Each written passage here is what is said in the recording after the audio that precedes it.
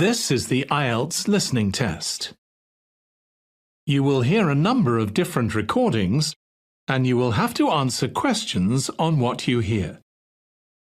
There will be time for you to read the instructions and questions, and you will have a chance to check your work. All the recordings will be played once only. The test is in 4 parts. At the end of the test, you will be given 10 minutes to transfer your answers to the answer sheet.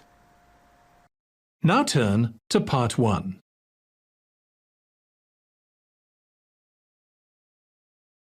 Part 1. You will hear a conversation about different options for travelling to France. First, you have some time to look at questions 1 to 5.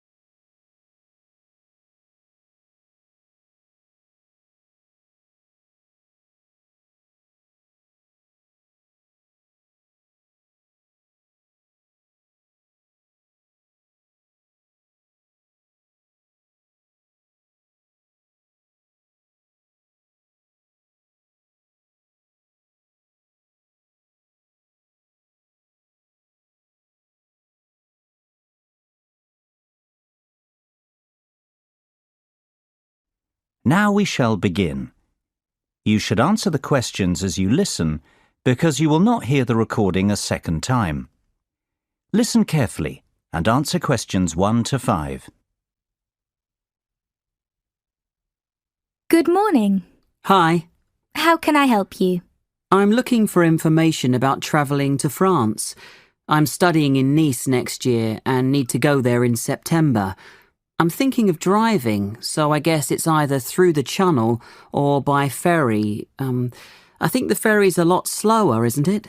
Indeed it is. It takes around 9 hours from London to Paris, including the overland bits.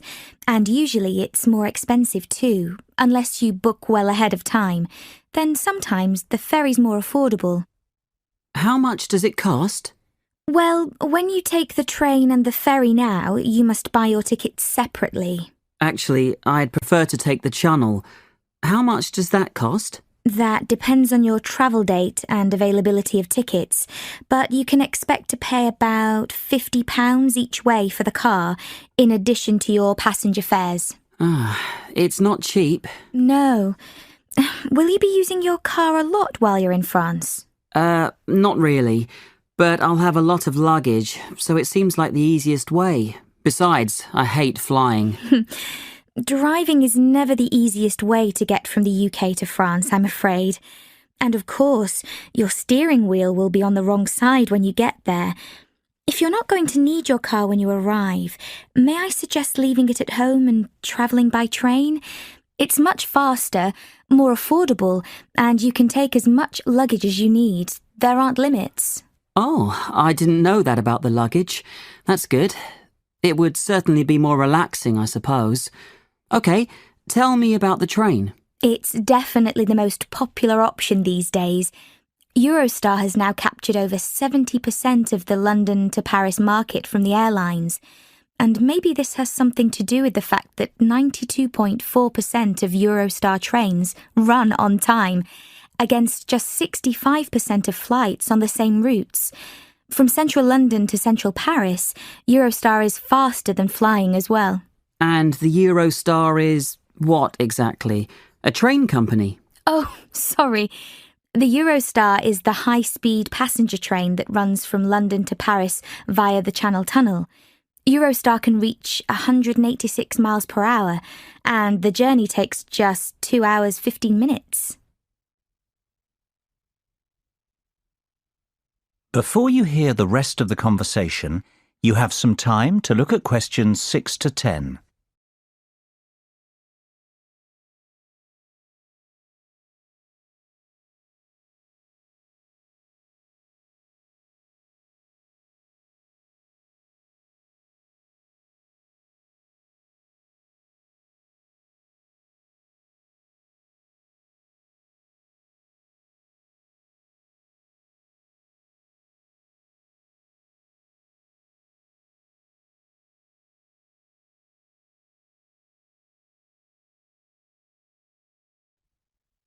Now listen and answer questions 6 to 10. All right, so it's easy to get to Paris, but what about Nice? It's a fair bit farther. Yes, but it couldn't be easier. There are two main options. You can leave London at 7:27 in the morning, then transfer in Paris to catch the TGV train at 11:46, which takes about 5.5 hours, and be in Nice in time for an evening meal. Or you can take any Eurostar to Paris in time to catch the 22:25 from Paris, which arrives in Nice at 8:54. It's a longer journey, but many people prefer the convenience of travelling overnight. Yes, that appeals to me. About how much does the overnight journey cost? The example I've pulled up on the computer now costs £135 return, but sometimes it's lower, as low as £97. I'll write down a couple of website addresses for you, and you can search for various times and fares on your own. Thanks, that's great. Oh, one more thing. I'll need a single fare because I won't be returning for a while. Is that going to be more expensive? No, don't worry. Singles are approximately half of the return fare, though this wasn't true several years ago, when it wasn't uncommon for a return to be cheaper than a single. Okay, this sounds good. But what about flying? Is that an option? If you aren't going to opt for taking the train, flying is another good option. While the train's the fastest way to travel from London to Paris, you can actually save time by opting to fly from London to the south of France. I guess there's an airport in Nice, isn't there? Yes, the Nice Côte d'Azur airport. It's about 7 kilometres from the centre of Nice. Since it's the third most important airport in France, after Charles de Gaulle and Orly in Paris, there's no shortage of flights. Oh. Do you know exactly how long it takes? 2 hours. That's quick. Yes, but you need to consider that you'll lose time checking in and waiting to collect luggage and such. And of course, there's a baggage allowance. True. All right. Thanks very much for your help. I've got a lot to think about now. No problem at all. Feel free to come back if you have more questions.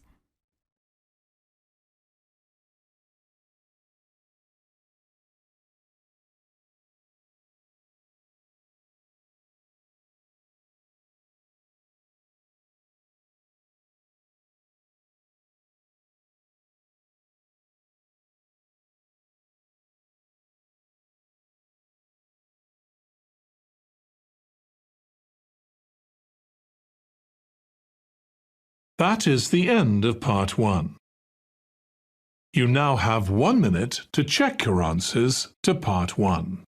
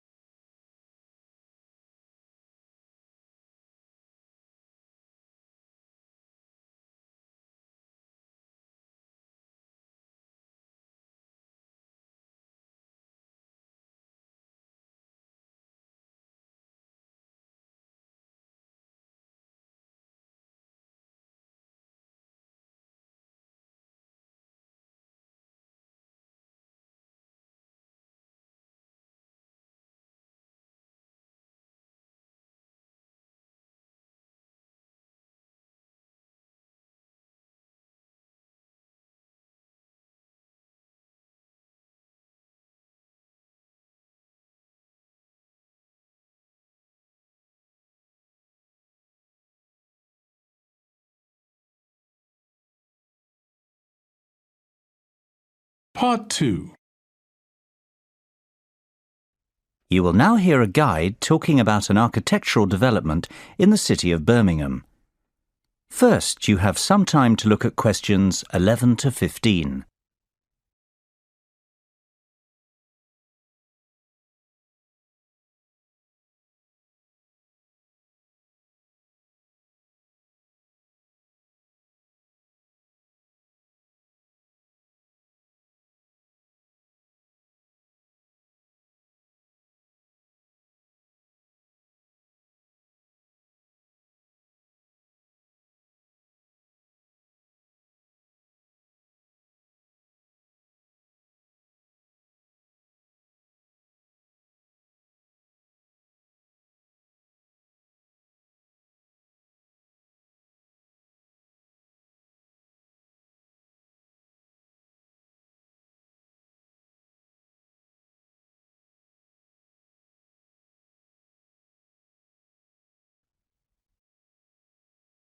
Now listen carefully and answer questions 11 to 15.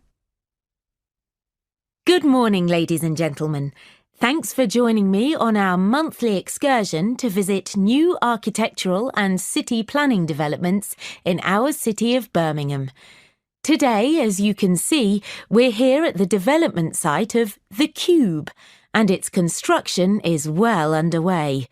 Indeed, the year ahead will be an exciting year for Birmingham Development Company and its construction arm, Buildability, as the construction of The Cube, the most spectacular building in Birmingham, continues at speed. This new building, valued at over £100 million, has been designed by the internationally renowned architects Make. Their design team, led by Ken Shuttleworth, has created a 17-storey cube aimed at providing a spectacular contrast to the increasing number of towers appearing on the Birmingham cityscape. The complex 142-week building programme that will transform the Birmingham skyline upon its completion is currently over halfway through its development. The building will continue to rise over the coming year, with each floor taking 2 to 3 weeks to complete. As you can see to your right, the first shipment of the special gold anodised cladding that will adorn the cube has now arrived on site, and from February, the glistening golden exterior will begin to be installed, bringing the unique building to life. Late summer will see the topping out of the concrete frame of the cube structure, with the intricate metallic fretwork screen beginning to take shape in the early autumn. Before you hear the rest of the talk, you have some time to look at questions 16 to 20.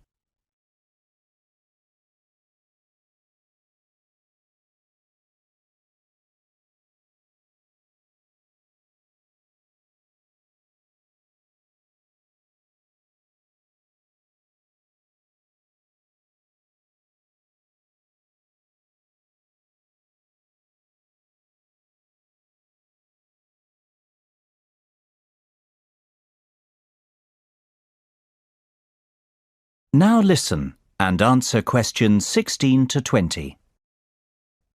What has been accomplished to date in the city's regeneration has been nothing short of amazing. Yet we hope to set a new benchmark for developments in Birmingham. The Cube will bring forward a new standard of architecture and a building which will not only be Birmingham's most striking waterside location, but also one which is identifiable around the world. The Cube breaks all the boundaries of what has been achieved in Birmingham so far. The finished cube will be a mixed-use building.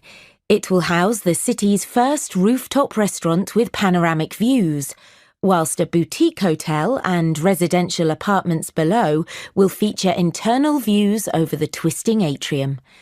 Further down, high-specification Grade A office space is planned, with more exclusive retail and waterside restaurants at the base.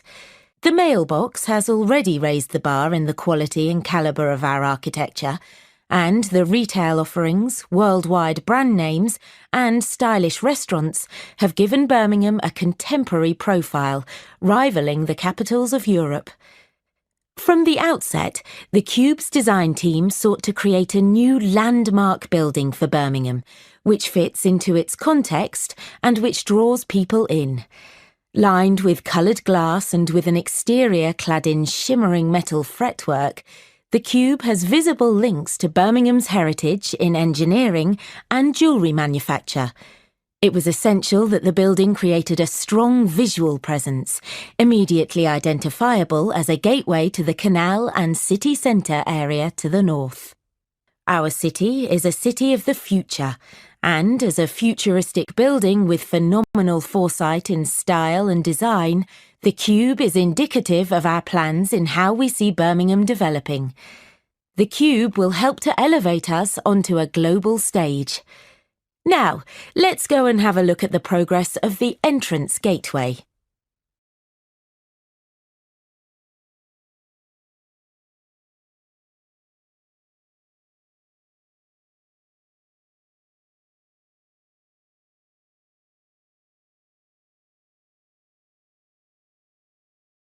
That is the end of part 2. You now have 30 seconds to check your answers to part 2.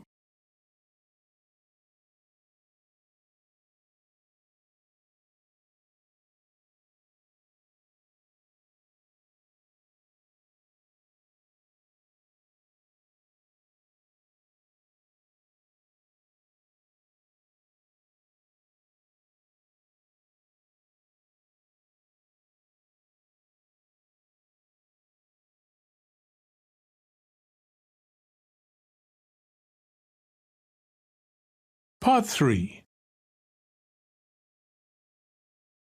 You will hear a conversation between 4 students, Lynn, Thomas, Sophie and David.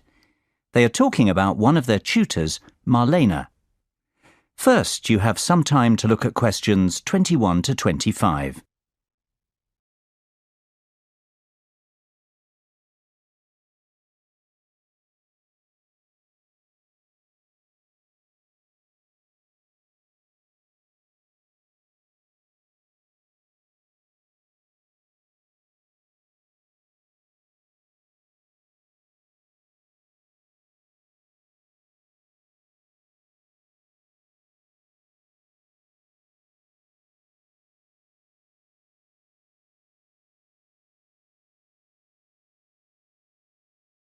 Now listen carefully and answer questions 21 to 25.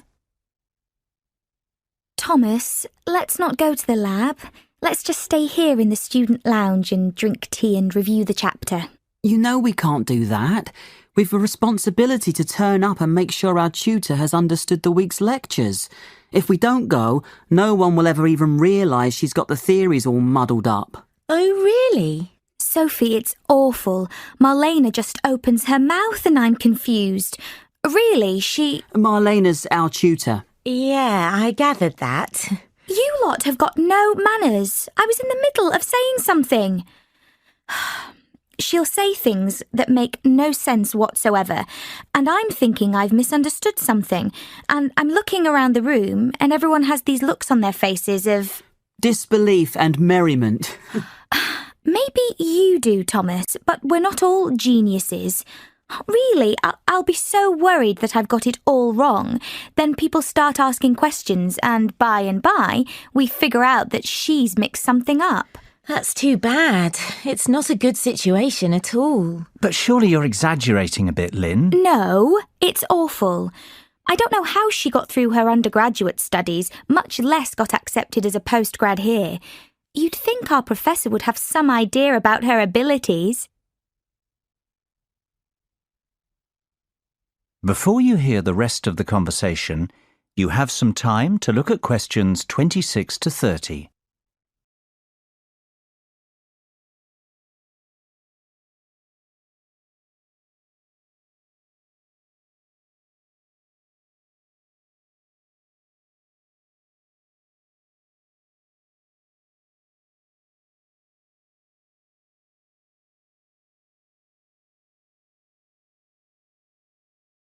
Now listen and answer questions 26 to 30. Marlena's an unusual name. Is she English? She's Spanish, David. She's got a really strong accent. Really, that's a lot of the problem, I think. I don't think she's thick. She just doesn't communicate very well. I'm not sure she understands us completely, especially when someone's joking around. And we do tease her a bit, I must admit. What a nightmare. I'd hate to have you in my class if I was a tutor, Tom. As long as you're clever, Sophie, you'd have nothing to worry about. But you've just said she's not thick. I think I've met her, actually. I think we had a class together maybe last year. She was really shy and quiet, hardly spoke the whole term. But she was always smiley and friendly. She seemed nice, actually, and I think she got one of the highest marks in the class. Maybe you've all picked on her so much that she's so nervous that she can't think clearly. Ever think of that? But we don't need to babysit. We need help. It's a difficult subject. Has anyone ever gone up and asked her for help individually? Yes, actually, I have. I couldn't understand one of the formulas in the first chapter. The theory about why it worked just made no sense to me. So I went and asked her about it, and she cleared it right up. She was very helpful. She's not thick, I already said that. She's just so much fun to torment, right? Yep, that's it. Lynn, if you're having trouble with something, why don't you make an appointment to meet with her individually and see if she can help you that way? Maybe you'd see a different side of her. I reckon she just hates getting up in front of the class, and I can hardly blame her. Yes, I could try that, I suppose. Guys, the tutors aren't old academics who've been teaching for 30 years. They're just like us, 2 years down the road if we're clever enough to continue with our education.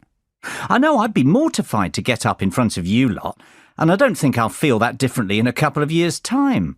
You know, we're far more experienced as students than they are as teachers. You're right, David. Really, it's more like one of our mates is trying to help us out. But you know, our mates aren't so frightened of us. Yeah, but you aren't so horrible to your mates, are you?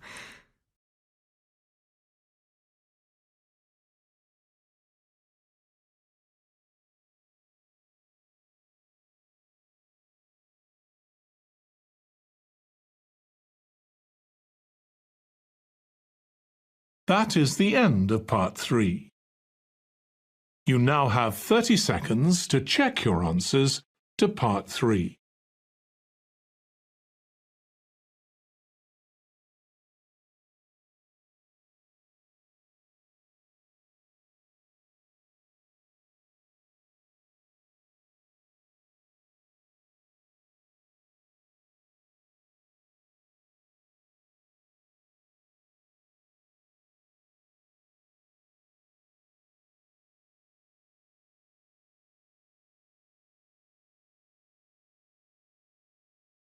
Part 4. You will hear a lecture on the illness tuberculosis.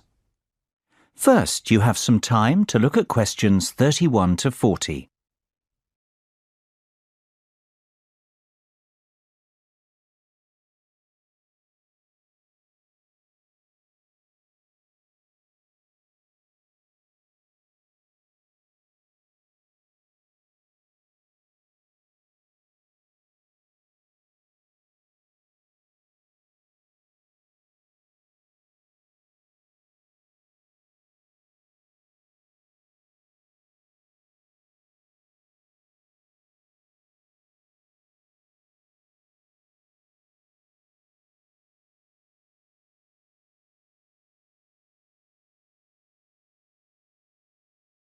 Now listen carefully and answer questions 31 to 40. Hello there. Can I have your attention, please? We've got a lot to cover today and we need to get started. If you recall, last week we discussed the AIDS epidemic and its effect on healthcare systems in the countries with the highest incidence.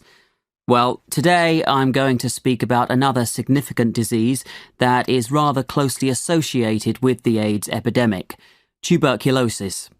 In the UK, active tuberculosis, otherwise known as TB, was common in the 19th century, the old consumption of romantic novels. Since then, better living conditions, better nutrition, immunisation and effective treatments in the 20th century have all combined to make TB uncommon in the UK today. However, TB is still common in developing countries and parts of Eastern Europe. It causes more deaths worldwide than any other infectious disease, about 3 million per year. This is a tragic statistic, since TB is now generally a curable disease. Overall, 1/3 of the world's population is currently infected with the bacteria that cause TB. However, people infected with TB bacilli will not necessarily become sick with the disease. The immune system walls off the TB bacilli, which, protected by a thick waxy coat, can lie dormant for years. It's estimated that 5 to 10% of people who are infected with TB bacilli, but who are not infected with HIV, become sick or infectious at some time during their life. Left untreated, each person with active TB disease will infect on average between 10 and 15 people every year. There are certain risk factors that make certain people more likely to become ill with TB. When people's immune systems are weakened, their chances of becoming sick are greater, for example, due to HIV infection, immune-suppressing treatment, or alcohol or drug addiction. Age is also a factor, with babies, young children, and the elderly being most susceptible. In addition, poor nutrition and lack of vitamin D are linked to TB. Finally, TB is more common in certain environments, such as among homeless people, among prisoners, in large cities, and in more impoverished areas. Until 50 years ago, there were no medicines to cure TB. Finding medicines to cure TB was a tremendous breakthrough. But now, strains that are resistant to a single drug have been documented in every country surveyed. What's more, strains of TB resistant to all major anti-TB drugs have emerged. Drug-resistant TB is caused by inconsistent or partial treatment, when patients do not take all their medicines regularly for the required period, because they start to feel better, because doctors and health workers prescribe the wrong treatment regimens, or because the drug supply is unreliable.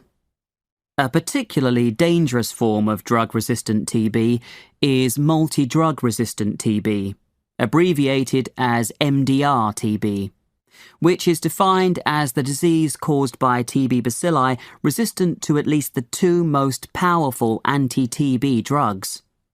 Rates of MDR-TB are high in some countries, especially in the former Soviet Union, and threaten TB control efforts. While drug-resistant TB is generally treatable, it requires extensive chemotherapy, up to 2 years of treatment, with second-line anti-TB drugs. These second-line drugs are more costly than first-line drugs and produce adverse drug reactions that are more severe, though still manageable. The recent emergence of extensively drug-resistant TB, called XDR-TB, particularly in settings where many TB patients are also infected with HIV, poses a serious threat to TB control, and confirms the urgent need to strengthen basic TB control and to apply the new WHO guidelines for the management of drug-resistant TB.